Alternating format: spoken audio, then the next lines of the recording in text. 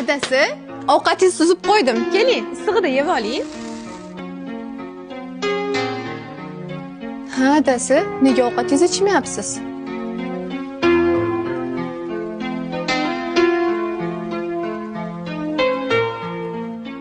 Onasi, ahvolimizni qara.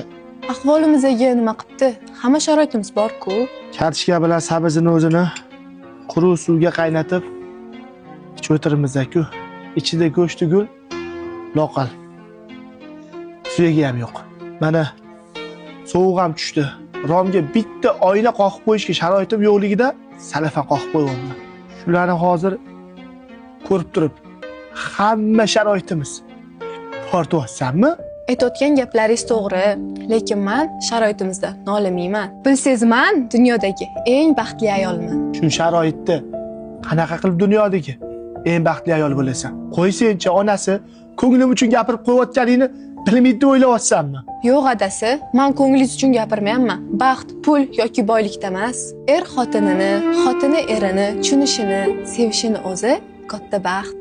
Eri bo'lib turib, begona erkakda ko'ngli bor ayollar yo'q deb o'ylaysizmi?